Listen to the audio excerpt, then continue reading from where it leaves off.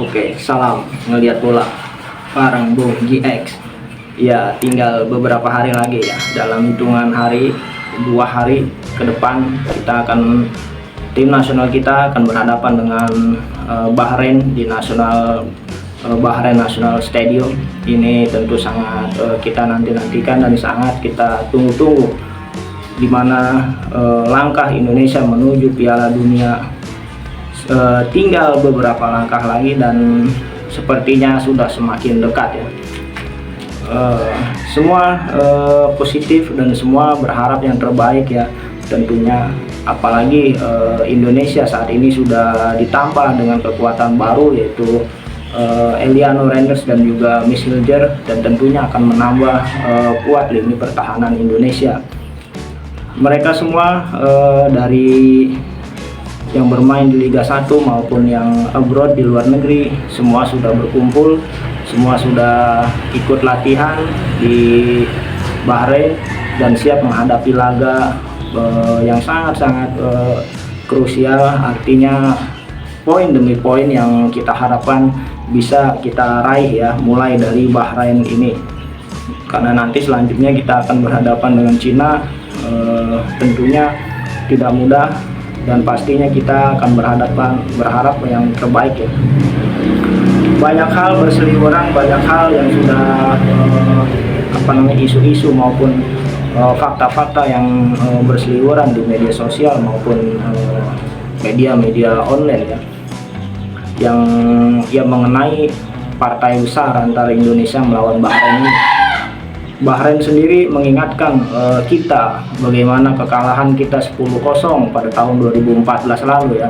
Dengan kemenangan itu, dengan catatan itu, Bahrain merasa bangga, merasa lebih besar dan merasa lebih unggul dibandingkan dengan Indonesia.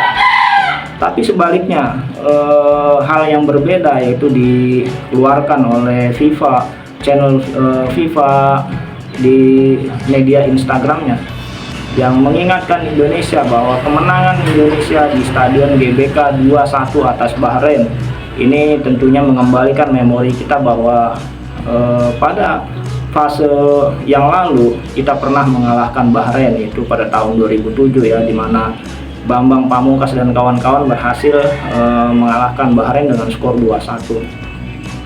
Tentu memori-memori ini menjadi catatan yang sangat penting, di mana kedua belah pihak tentunya ingin kembali menjadikan satu faktor sejarah itu sebagai motivasi dan juga sebagai penambah penguat mental mereka ya untuk menghadapi laga ini. Tentu di atas kertas tidak bisa kita pungkiri ya, di mana saat ini Indonesia menjadi salah satu skuad termahal di Asia, yaitu dengan 400 lebih miliar dalam rupiah. Ini total nilai skuad secara market value-nya ya, berdasarkan laman dari transfer market.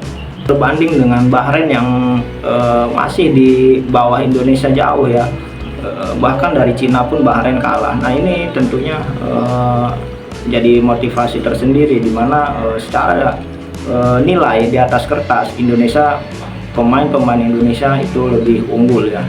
Lalu dari catatan sebelumnya juga, di mana pertandingan Indonesia melawan Arab Saudi, lalu pertandingan melawan Australia yang berhasil dimenangkan dengan draw. Padahal kita tahu Arab Saudi dan Australia adalah unggulan ya di grup ini dan juga langganan untuk lolos ke Piala Dunia, tapi Indonesia berhasil menahan imbang. Nah ini satu catatan juga yang tentunya memberikan dampak positif bagi tim nasional kita. Terlebih lagi ada beberapa juga statement dari media dan juga utamanya dari pelatih Jepang Moriyasu ya. Nah ini dia mengatakan bahwa Jepang akan lolos dengan Indonesia sebagai pendampingnya ya, atau Indonesia akan mendampingi Jepang langsung lolos ke babak berikutnya atau babak final Piala Dunia, keputaran final Piala Dunia. Nah ini kan satu pernyataan yang sentimental juga, artinya menggentarkan Cina dan juga Bahrain ya sebagai lawan Indonesia.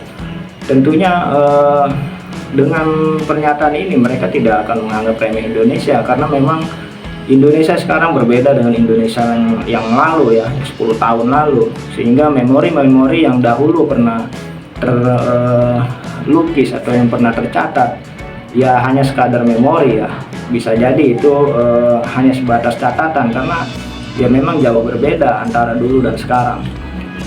Ditambah lagi beberapa komentar dari pelatih-pelatih khususnya ya, kita dengarkan yang terbaru adalah pelatih dari lokal kita, dari Peter Huistra, pelatih Borneo FC, yang mengatakan tim nasional kita saat ini sudah sangat luar biasa, sudah sangat baik, bahkan berdampak kepada pemain-pemain lokal, yang dimana dengan level permainan dari tim nasional yang tinggi, sehingga ini memicu dan memacu para pemain lokal ini untuk meningkatkan levelnya, sehingga bisa paling tidak ini mendekati dari level-level para pemain abroad atau para pemain asing yang memang datang ke Indonesia, sehingga level permainan mereka ini menjadi lebih meningkat.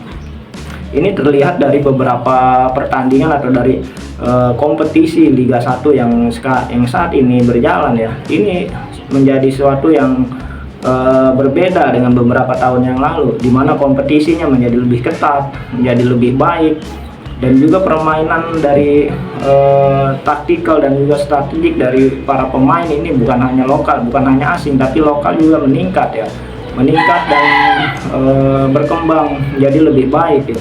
Sehingga ya dengan adanya pemain-pemain naturalisasi atau diaspora, lalu juga pemain asing di Liga 1 ini sedikit banyak memicu dan juga memacu para pemain lokal ini untuk bersaing dan meningkatkan level permainan mereka, sehingga jangan khawatir dan jangan takut dengan hadirnya para pemain naturalisasi atau para pemain asing di Liga 1.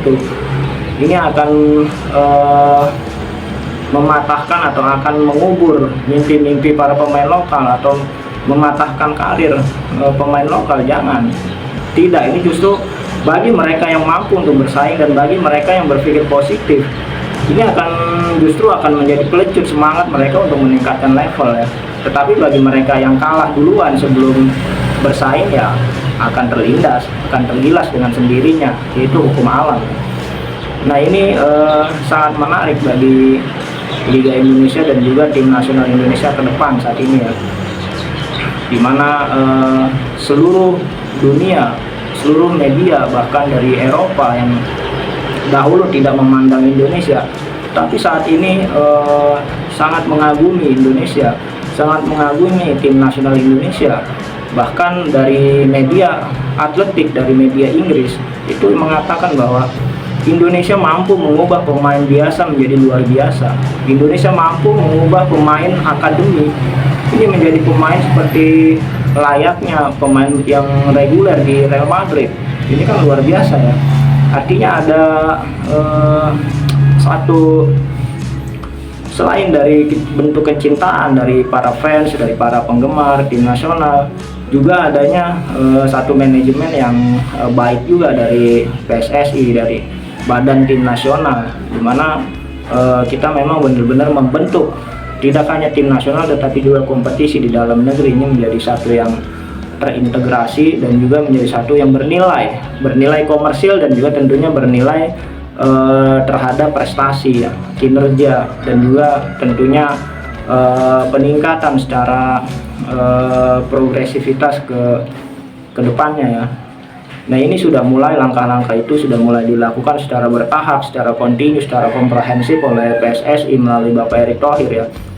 Bahkan dengan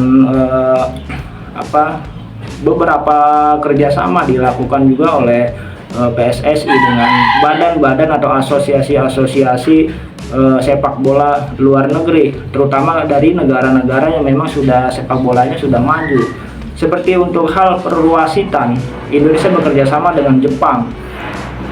Makanya komisi wasit di Indonesia itu dipimpin oleh orang Jepang ya, yang memang ini hasil bentuk kerjasama Indonesia dengan Jepang, sehingga membentuk sistem perwasitan di Indonesia ini menjadi lebih baik, menjadi lebih sistemik, dan tentunya membentuk membentuk atau menciptakan wasit-wasit yang memimpin di lapangan itu dengan adil, dengan fair, dan juga dengan pengetahuan yang memadai ya.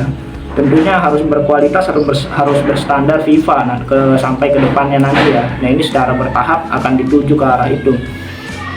Lalu juga baru-baru ini yaitu kerjasama dengan KNVB atau Asosiasi Sepak Bola Belanda. Ini secara menyeluruh nanti akan dilakukan satu kerjasama berkaitan dengan pembinaan, lalu juga organisasi PSSI dengan KNVB. Lalu juga tentunya ada uji coba mengenai pertandingan persahabatan antara kedua negara, dan ini sangat menarik ya. Ya, makhluk menginisiasi ini, jadi di mana nanti Indonesia akan bisa berhadapan dengan tim nasional Belanda ya, dan itu akan dijadwal secara kontinu, secara baik itu di tingkat junior maupun seniornya ya. Nah, Indonesia juga mungkin nanti akan mengadopsi sistem pembinaan yang selama ini berjalan baik di Belanda. Lalu bagaimana mengenai taktikalnya, strateginya, lalu sistem permainan di Belanda dan sebagainya itu bisa jadi diterapkan di PSSI di dalam kompetisi Liga Indonesia. Karena saat ini Indonesia sedang mengkomunikasikan, sedang mengintegralkan sistem kompetisi dari level junior yang sekarang sudah mulai berlangsung, yang sudah mulai bergulir, yaitu Elite Pro Academy dari usia 16 sampai 18 bahkan sampai 20. Lalu Liga 4, Liga 3, Liga 2, dan tentunya Liga 1. Ditambah lagi nanti akan bergulir yaitu Liga Wanita atau Liga Putri ya. Nah, ini tentu menjadi satu pekerjaan yang tidak ringan bagi PSSI dan juga PT LIB, karena nanti akan diintegralkan, akan disusun sedemikian rupa penjadwalan dari Liga 4 sampai Liga 1, lalu dari Liga Putri. Ini semuanya komprehensif ya, menyeluruh, diatur dan tidak tumpang tindih ya, sehingga tentunya Liga 4 tidak mungkin bertabrakan dengan Liga 3 atau Liga 2, bahkan Liga 1. Karena secara persaingan, secara komersil pasti Liga 1 lebih unggul. Dan Liga Pria pasti lebih unggul daripada Liga Putri. Nah, makanya itu ini sedang dicari formulasinya, di mana Bapak Erick Thohir mencontohkan bagaimana kompetisi di Amerika ya, di mana mereka kompetisinya itu teratur.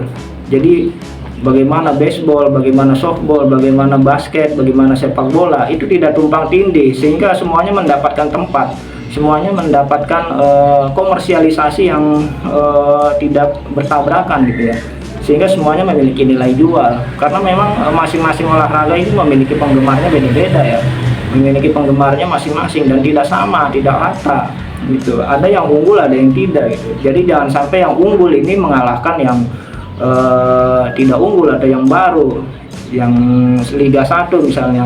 Ini mematikan Liga 4 atau mengubur Liga Putri dan sebagainya, enggak. Tetapi ini saling mendukung ya, terintegrasi dan berjenjang. Artinya tidak saling bertubrukan gitu, sehingga enak gitu.